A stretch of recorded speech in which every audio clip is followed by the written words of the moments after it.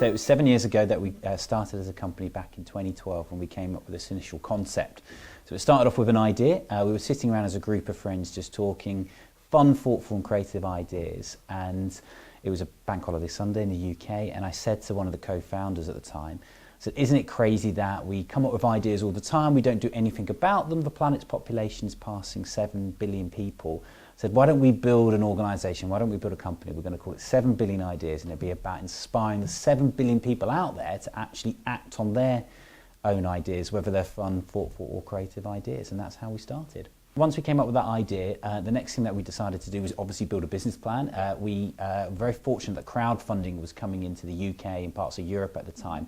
And we saw that as a great way of starting the business and getting some backing, not only just getting the investment, but getting some supporters in different industries in different parts of the world. So we went on Crowdcube, and we were the fastest crowdfunding pitch in the world back in 2012. We raised £30,000 of our seed capital to get going in 2 hours.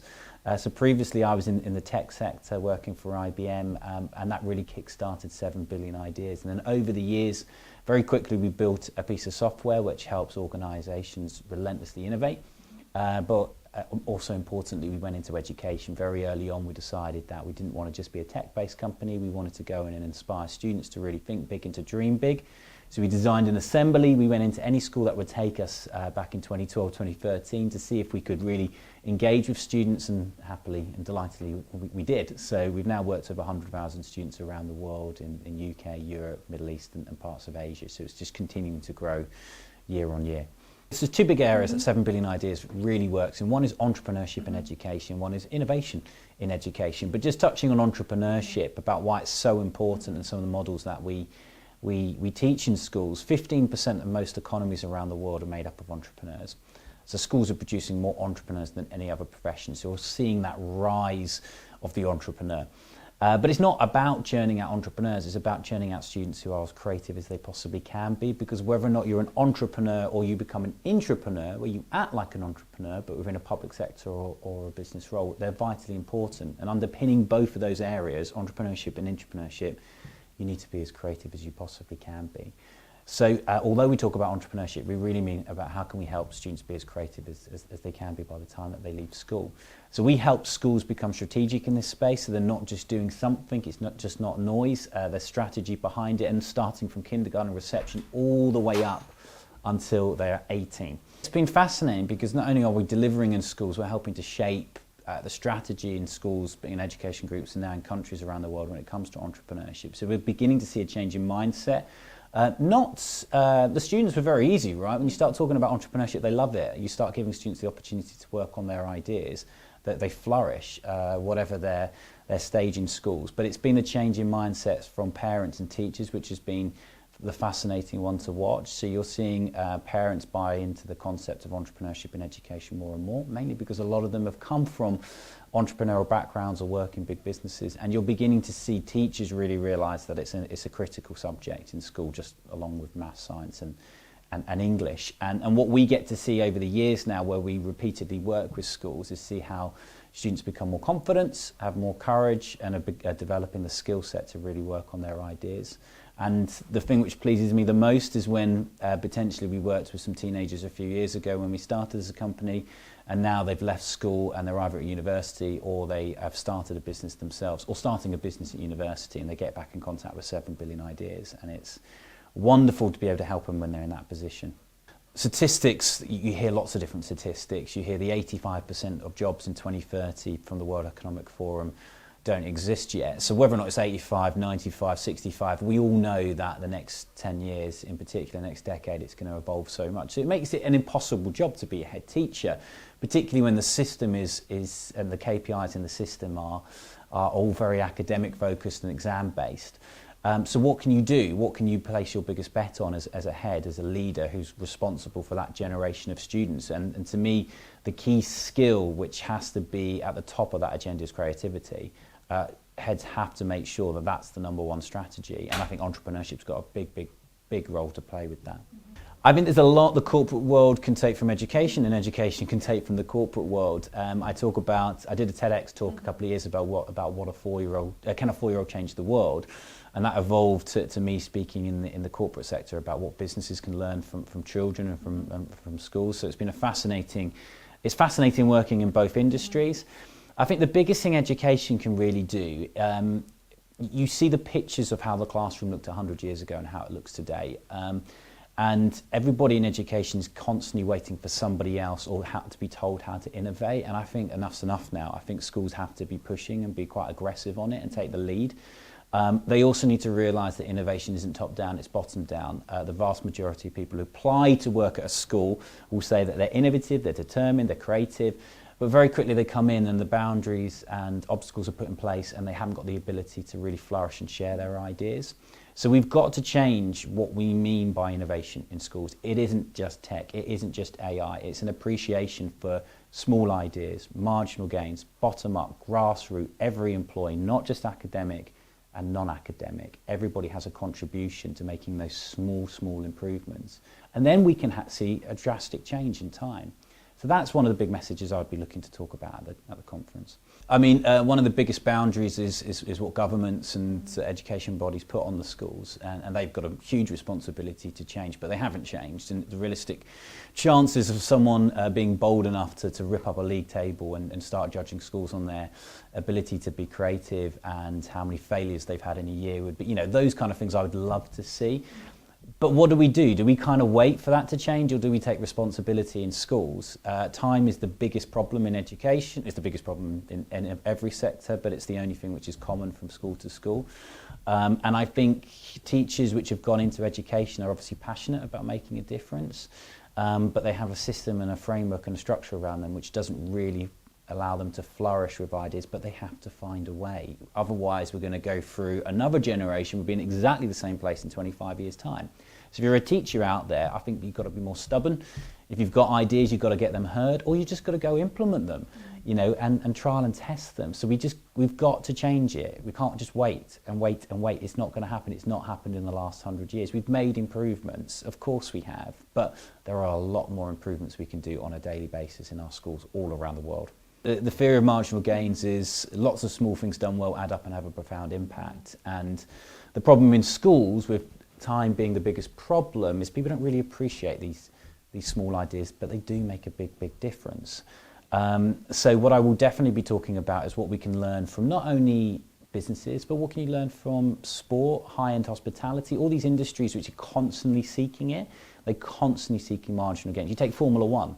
You know, if you can get a 0.0001 benefit, they will go for it. And if you can take that kind of mentality in schools where you might have 200, 300, 400 employees, a couple of thousand students, thousands of parents, and everybody starts to have that benefit. If you get a 0.1% improvement, why don't we do it? We should be doing it. Those marginal gains ideas exist in all of our schools. A lot of people think starting businesses are complicated and hard. Of course there's challenges, but the biggest thing is just getting started.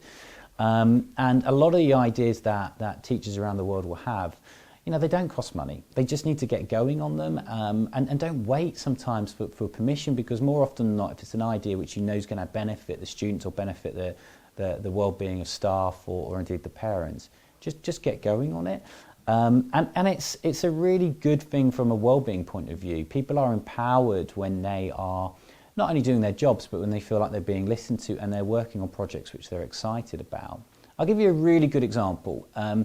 We were working with a school in Indonesia, and one of the ideas which came forward of one of our projects was, on the first day it went live, 300 members of staff in a hot school, very hot country, and a lady posted on one of these particular platforms that she felt in the school there should be a mother's room. Nothing to do with what's going on in the classroom. This was about employee well-being.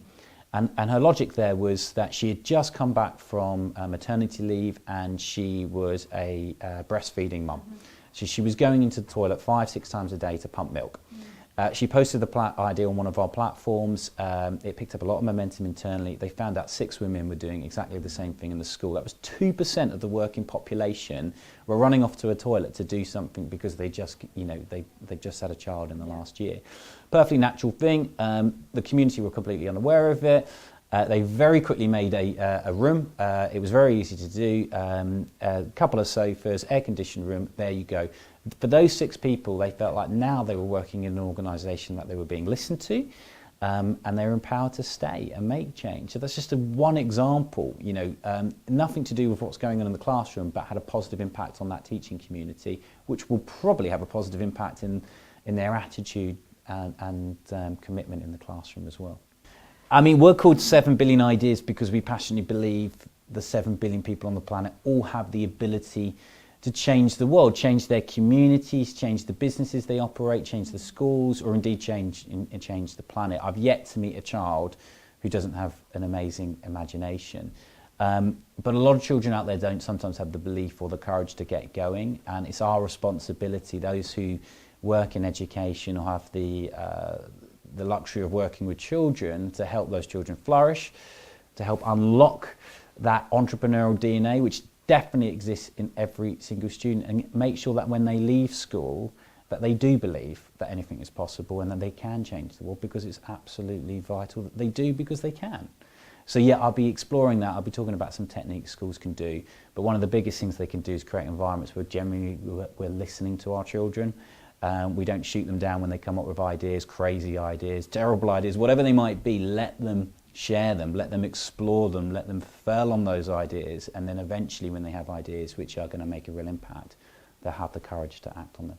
It's not just a challenge for teachers, but it's a challenge for parents, a challenge for adults, right? When a child comes up with something crazy, the first thing often we want to do is protect them from failure, and sort of say, no, that's not going to work, right? Or you're going to need a lot of money, or that's not yet been invented yet, or whatever it might be. So it's a natural human instinct to kind of say, no, be careful, whatever, start to set realistic expectations. You can imagine being around a dining table at home, and you come back and tell your mum or dad an idea, and they sort of listen and go, that can't be done. Well, the truth is, a lot of these things can be done, and often a child will come up with a hunch.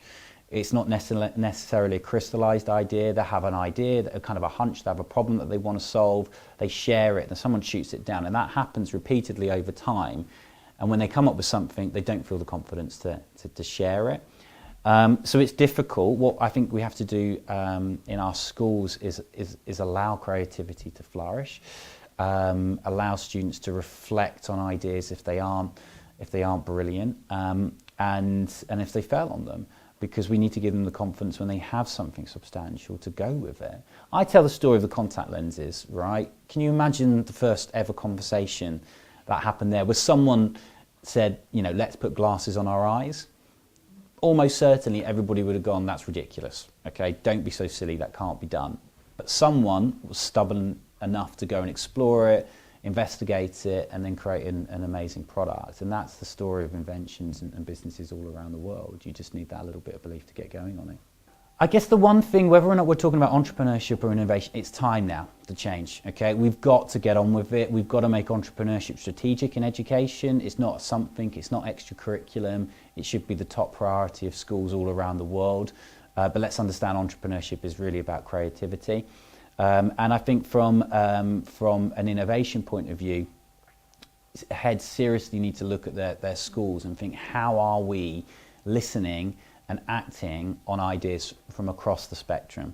Are we only acting on 1 or 2 or 3 strategic ideas a year from our SLTs or our leadership teams around the world? But how can we change the environment now? How can we change the conversation? How can we change the responsibility? That instead of innovation being down to a few, can everybody be responsible? Can we really start appreciating marginal gains in our school? How can we become relentless when it comes to innovation?